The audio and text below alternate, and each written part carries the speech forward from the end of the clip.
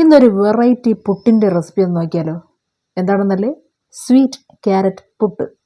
ഇനി പുട്ടുണ്ടാക്കുന്ന സമയത്ത് ഇങ്ങനെയും കൂടി ഒന്ന് ചെയ്ത് നോക്കണം കേട്ടോ. കുട്ടികളൊക്കെ ചോദിച്ച് വാങ്ങി കഴിക്കും, അത്രയ്ക്ക് നല്ല ടേസ്റ്റാണ്. പിന്നെ ഇതിനോടൊപ്പം കഴിക്കാൻ നമുക്ക് പ്രത്യേകിച്ച് കറികളൊന്നും തയ്യാറാക്കി വെക്കേണ്ട ആവശ്യമില്ല. അപ്പോൾ അതിനായിട്ട് ഒരു ബൗളിലേക്ക് 250 ml കപ്പിൽ 1.5 കപ്പ് പുട്ടുപൊടി ഇട്ട് കൊടുക്കുക.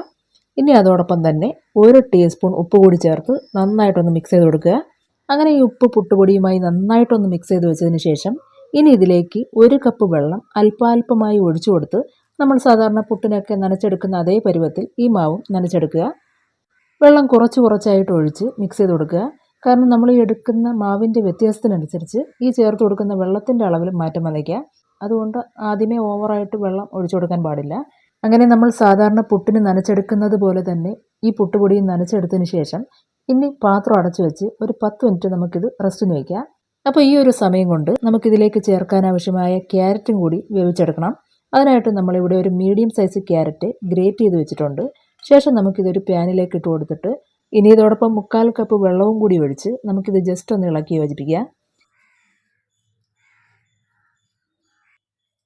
അപ്പോൾ ഈ ചേർത്തിരിക്കുന്ന വെള്ളം നല്ലതുപോലെ തിളച്ച് തുടങ്ങിക്കഴിഞ്ഞാൽ ഇനി ഈ പാൻ ഒരു ലിഡ് ഉപയോഗിച്ച് അടച്ചു കൊടുത്തിട്ട് തീ ഹൈ ഫ്ലെയിമിൽ വെച്ച് തന്നെ നമുക്ക് ഈ ക്യാരറ്റ് വേവിച്ചെടുക്കാം. ഈ ചേർത്തിരിക്കുന്ന വെള്ളം വറ്റിത്തീരുമ്പോഴേക്കും ക്യാരറ്റ് നന്നായിട്ട് വെന്തിട്ടുണ്ടാവും.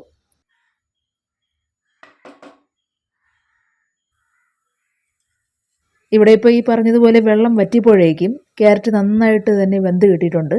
ഇനി ഈ അവസരത്തിൽ നമുക്കിതിലേക്ക് 2 ടേബിൾ സ്പൂൺ പഞ്ചസാര കൂടി ചേർത്തിളക്കാം. പഞ്ചസാര നന്നായിട്ട് അലിഞ്ഞ് ക്യാരറ്റുമായി നല്ലതുപോലെ മിക്സായി കിട്ടുന്നത് വരെ തീ മീഡിയം ഫ്ലെയിമിൽ വെച്ച് തുടർച്ചയായിട്ടൊന്ന് ഇളക്കി കൊടുക്കണം കേട്ടോ.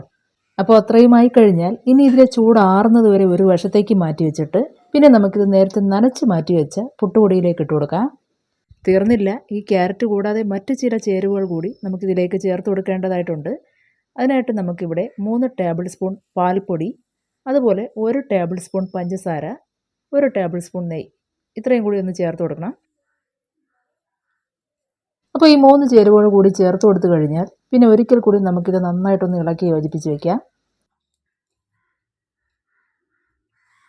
അപ്പോൾ പുട്ടുപൊടി ഇതുപോലെ തയ്യാറാക്കി വെച്ച് കഴിഞ്ഞാൽ പിന്നെ നമുക്ക് വലിയ ബുദ്ധിമുട്ടൊന്നുമില്ല. സാധാരണ ചെയ്യും പോലെ പുട്ടുകുറ്റിയിലേക്ക് കുറച്ച് തേങ്ങ ഇട്ട് കൊടുത്ത് അതിന് മേലെ നനച്ച പുട്ടുപൊടി ഇട്ട് കൊടുക്കാം. ഇങ്ങനെ 3 തട്ടുകളായിട്ട് നമുക്ക് ഈ പുട്ടുകുറ്റി ഒന്ന് നിറച്ചെടുക്കണം.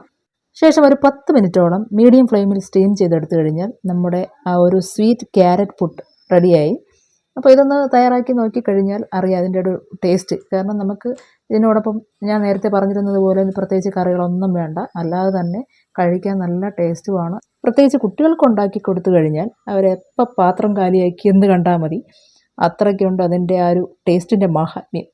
അപ്പോൾ എല്ലാവരും ഒന്ന് ട്രൈ ചെയ്ത് നോക്കിയിട്ട് അഭിപ്രായങ്ങൾ അറിയിക്കുക. അപ്പോൾ അതുപോലെ ഇന്നത്തെ വീഡിയോ നിങ്ങൾക്ക് എല്ലാവർക്കും ഇഷ്ടമായെന്നുള്ള പ്രതീക്ഷയോടുകൂടി നിർത്തുന്നു. മറ്റൊരു വീഡിയോയുമായി വീണ്ടും കാണുന്നവരേക്കും നന്ദി, നമസ്കാരം.